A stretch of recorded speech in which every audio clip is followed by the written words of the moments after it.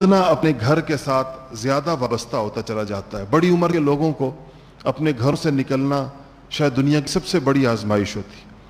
ان کا پورا جو نظام زندگی ہوتا ہے وہ ان کے کمرے اور ان کے بستر اور ان کے گھر کے ساتھ ایسا بند جاتا ہے کہ وہ راحت، وہ چین، وہ آرام ان کو نہ کسی بڑے سے بڑے ہوٹل میں آتا ہے، نہ کسی بڑی سے بڑی سیرگاہ میں آتا ہے. جوانی کا تو ایک زمانہ ایسا ہوتا ہے کہ کہتے ہیں جوانی دیوانی ہے، تو جوانی کے جذبات کا اعتبار نہیں ہوتا. لیکن جب انسان سمجھدار ہو جاتا ہے، جتنی اس کی عمر پختہ ہو جاتی ہے، جتنا اس کے جذبات میچور ہو جاتے ہیں،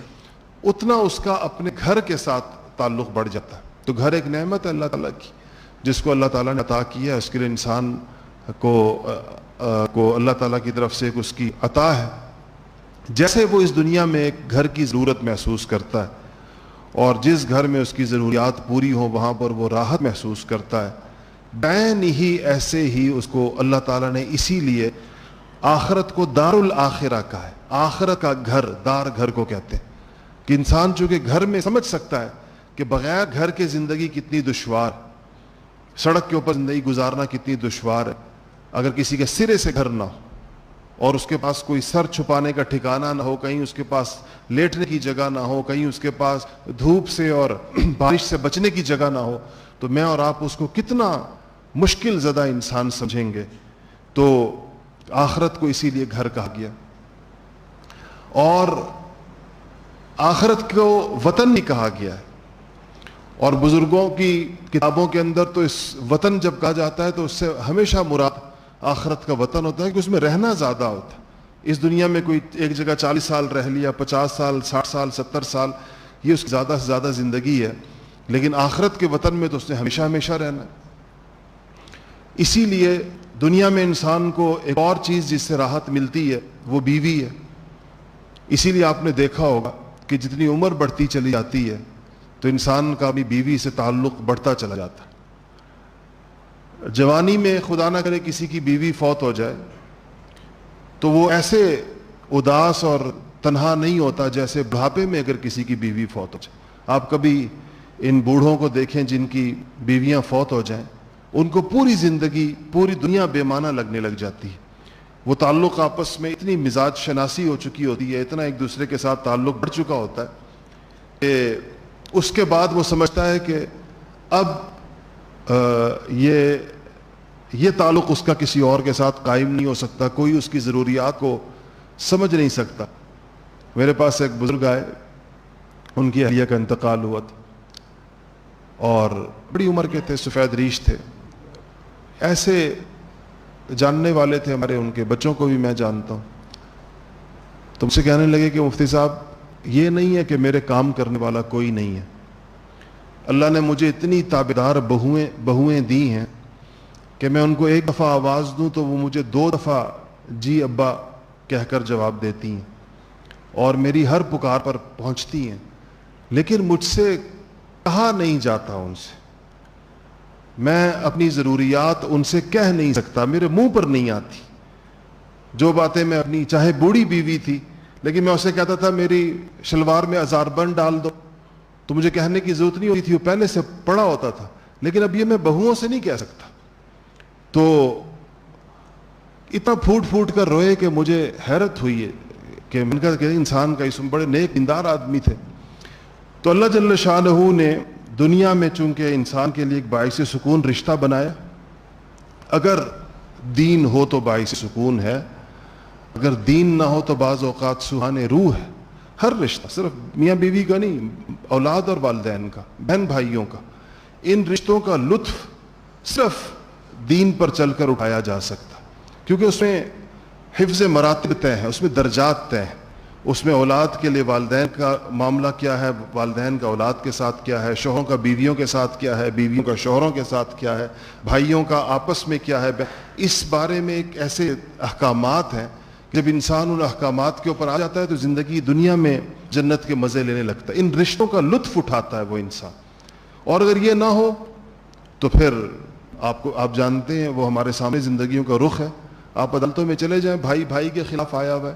بھتیجے چچا کے خلاف آئے ہوئے، اور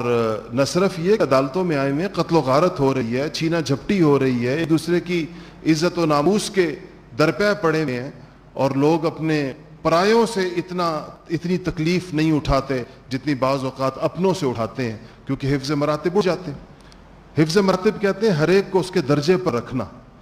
کس سے اللہ جل شانہ کس رشتے کے بارے میں کس رویے کا مطالبہ کرتے ہیں۔ یہ دینی تعلیم کے علاوہ اور دینی تہذیب کے علاوہ ہماری مشرقی تہذیب میں چونکہ دینداری تھی، اس لیے اس مشرقی تہذیب کے یہ رویے بنے، خود یہ دین کی وجہ سے بنے تھے۔ آج اگر آپ دیکھتے ہیں خاندانوں میں جہاں کچھ روایتیں موجود ہیں، وہاں چھوٹے بڑے کا ادب ہے، لحاظ ہے، والدین کے ساتھ ایک خاص قسم کا تعلق اور رشتہ ہے، وہ اسی دینی روایت کا ہماری اپنی اس کلچر میں سرایت کر جانے کی وجہ سے۔ اور جہاں یہ رشتے اٹھ جاتے ہیں اور باہم رشتہ دو افراد کا صرف مادی رہ جاتا ہے، مادیت کی بنیاد پر رہ جاتا ہے، تو وہاں اس کی اقدار بھی آہستہ آہستہ رخصت ہو جاتی ہیں، اور وہی رشتہ بعض اوقات انسان کے لیے مصیبت بن جاتا ہے۔ تو اللہ جل شانہ نے آخرت میں انسان کو یہ جو حوروں کا تصور دیا ہے کہ ایک انسان کو اس کی من پسند، حور میں جس چیز کو بتایا گیا وہ ہے کہ اس میں وہ تمام خصوصیات موجود ہوں گی، جس طرح آج دنیا کے ہر انسان سے اگر کہا جائے کہ وہ جیسی بیوی چاہتا ہے، جیسے کوئی انسان نہ ہو، مثلا اگر کوئی مشین ہو، کوئی کمپیوٹر ہو، کہ اس میں جو اس کی پروگرامنگ کرنی ہے انسان کو خود اس کا اختیار دے دیا جائے کہ تم خود اس کی پروگرامنگ کرو، تو انسان دنیا میں کتنا خوش ہو کر بیویوں کا یہ اختیار اس کو مل جائے کہ اس میں سے جو چیزیں تمہیں پسند ہیں اس کے اندر ڈال دو، اور جو چیزیں اس کی ناپسند ہیں اس میں سے نکال لو، اور اس کی پوری کنفیگریشن اور پروگرامنگ انسان کے ہاتھ میں دے دی جائے۔ تو یہ تو انسان کو ایک حسین خواب لگے گا کہ کیسے ہو سکتا ہے اس طرح، دنیا کے اندر ممکن ہی نہیں ہے۔ لیکن آخرت میں اللہ جل شانہ نے انسان کو جو اس رشتے کا، جو آخرت میں جو رشتہ ہوگا وہ اسی بنیاد پر ہوگا کہ وہ مکمل انسان کی خواہشات اور اس کی ضروریات اور اس کے تقاضوں کے مطابق اللہ جل شانہ اس کو ڈھالیں گے۔ اسی لیے دنیا میں اگر کسی کو ان رشتوں سے تکلیف پہنچے اس کے ذہن میں آخرت کے رشتے تازہ ہونے چاہیے کہ آخرت میں یہ سب کچھ نہیں ہوگا، آخرت میں ان رشتوں سے انسان کو تکلیف نہیں پہنچے گی۔ تو عرض کرنے کا مقصد یہ تھا کہ دنیا کی تمام نعمتیں در حقیقت آخرت کی نعمتوں کی یادگار ہیں، تذکار ہیں۔ اگر ان نعمتوں کے وقت انسان کو آخرت کی نعمت یاد نہیں آتی، اس کا مطلب یہ ہے کہ یہ اس نعمت کا حق ادا نہیں کر۔ اگر کسی کو اپنے دنیا کے گھر کی راحتوں میں رہتے ہوئے آخرت کے گھر کی فکر نہیں ہوتی، اس کا مطلب ہے کہ یہ اس گھر کی نعمت کا حق ادا نہیں کر رہا۔ اگر دنیا میں کسی کو اپنے ازدواجی رشتوں سے کہ اگر کوئی راحت اس کو پہنچ رہی ہے، اس سے آخرت کے ان رشتوں کا خیال پیدا نہیں ہوتا، تو اس کا مطلب ہے کہ وہ اس کا حق ادا نہیں کر رہا۔ ہمیں اپنی تمام نعمتوں کو اس طرح سے دیکھنا چاہیے۔ ہمارے ہاں نعمت کے ساتھ جو سب سے بڑا انسان ظلم کرتا ہے وہ یہ ہے کہ اس نعمت کو اللہ تعالیٰ کی نافرمانی میں استعمال کرنا۔ نعمت ہو لیکن اس نعمت کا استعمال اللہ جل شانہ کی نافرمانی میں ہو رہا، یہ کسی نعمت کے ساتھ اس سے بڑی زیادتی اور ظلم کوئی انسان نہیں کر سکتا، کیونکہ دی گئی تھی اللہ کی یاد کے لیے، دی گئی تھی اللہ تعالیٰ کے شکر کے لیے، دی گئی تھی آخرت کو یاد کرنے کے لیے، اور وہ استعمال ہو رہی ہے شیطان کے رستوں میں، وہ استعمال ہو رہی ہے دوسری چیزوں میں۔ دیکھیں دنیا کی چیزوں کے بارے میں علماء نے ایک قاعدہ اور ضابطہ بتایا ہے کہ دنیا میں ہماری ضروریات یا ہمارے پاس جو کچھ ہے وہ چار قسم کی چیزیں ہیں۔ ایک یہ ہے کہ وہ سامان جس کے بغیر زندگی نہیں گزرتی، ضرورت کا وہ درجہ جس کے بغیر زندگی گزرنا ناممکن ہو، جیسے کھانا پینا ہے، پہننا اوڑھنا ہے، ایک انسان کی ضروریات، اس کا تو حصول انسان کے لیے بعض صورتوں میں مباح، بعض چیزوں کا بعض صورتوں میں واجب ہے۔ مثلا اتنا کپڑا تن پر ہونا کہ اس کا سطر ڈھک رہی ہے تو انسان پہ واجب ہے، فرض ہے اس کے اوپر۔ دوسرا درجہ یہ ہے کہ ضرورت سے آگے بڑھ کر راحت کا درجہ جس کو کہتے ہیں، مثلا انسان کو اس سے آرام اور راحت ملتی ہو، جیسے پنکھے کی ہوائیں، اس بغیر بھی زندگی گزرتی ہے، لیکن اس سے ہوا سے راحت ملتی ہے. ایئر کنڈیشن ہے، اس کے بغیر زندگی تو گزرتی ہے، مگر اس سے راحت انسان کو زیادہ ملتی ہے، وہ بھی جائز ہے انسان کے لیے. تیسرا درجہ ہے کہ جس کا تعلق راحت سے تو نہ ہو، لیکن انسان کو ایک قلبی مسرت اس سے ملتی ہو. اگر انسان کو اللہ نے وسعت دی ہو تو جائز طریقوں سے انسان مسرت کی چیزیں، خوشی کی چیزیں بھی حاصل کر سکتا ہے. اس پر بھی اللہ جل شانہ نے پابندی نہیں لگائی. چوتھا درجہ جہاں سے حرام شروع ہوتا ہے، اور وہ ہے کہ وہ چیز جو انسان فقط نہ وہ اس کی ضرورت سے اس کا تعلق ہے، نہ اس کی راحت سے تعلق ہے، نہ کسی جائز حلال مسرت سے اس کا تعلق ہے. اس کا تعلق صرف دکھلاوے کے ساتھ ہے، اس کا تعلق صرف دنیا میں بڑائی جتلانے کے لیے ہے، نمایاں ہونے کے لیے ہے، لوگوں کے اوپر ایک روب جمانے کے لیے ہے. یہاں سے مال کا اور نعمتوں کا حرام استعمال شروع ہو جاتا ہے. ہر انسان کو اپنے پاس موجود چیزوں کا، اپنے پاس موجود نعمتوں کا یہ حساب کتاب ضرور کرنا چاہیے کہ یہ کس کیٹیگری میں فال کرتی ہیں، یہ کس قسم کی نعمتیں ہیں جو اللہ نے مجھے دی ہیں، میں کس استعمال میں ہیں، کس مقصد میں. ہمارے ہاں چیزوں کو چونکہ یہ جذبہ اس میں سے نکال لیا جاتا ہے یا نکل گیا ہے ہمارے اندر، تو جب ہم کسی بھی نعمت کا شکر ادا کرنا چاہتے ہیں تو اس کے لیے وہ طریقے اختیار کرتے ہیں جو یا نمود و نمائش پر، یا ان کا تعلق جو ہے وہ دکھلاوے کے ساتھ ہوگا، یا اس کے اندر ضرور ایسی چیزیں ہوں گی جو جائز نہیں ہوں گی. دیکھیں، اولاد اللہ تعالیٰ کی نعمت ہے. اولاد کی نعمت پر انسان کو ہر وقت شکر ادا کرنا چاہیے. ہم نے اس نعمت اولاد کا شکر ادا کرنے کی بجائے انگریزوں سے سالگرہ کا طریقہ وصول کر لیا کہ جب سال گزر جائے گا اس بچے کی پیدائش پر تو ہم کیا کریں گے، ہم ہیپی برتھ ڈے ٹو یو جناب، ایک تقریب ہو رہی ہے اور کیک کاٹا جا رہا ہے، اور اس میں عجیب، اور اس کی جو آج کل کی جو تفصیلات ہیں وہ آپ کو پتہ ہے. اس پوری تقریب کو آپ بغیر کسی تنگ نظری کے، آپ سب نے منائی ہوں گی اور مناتے ہوں گے، آپ اس میں بتائیں کہ اس میں شکر الہی کا پہلو کدھر ہوتا ہے.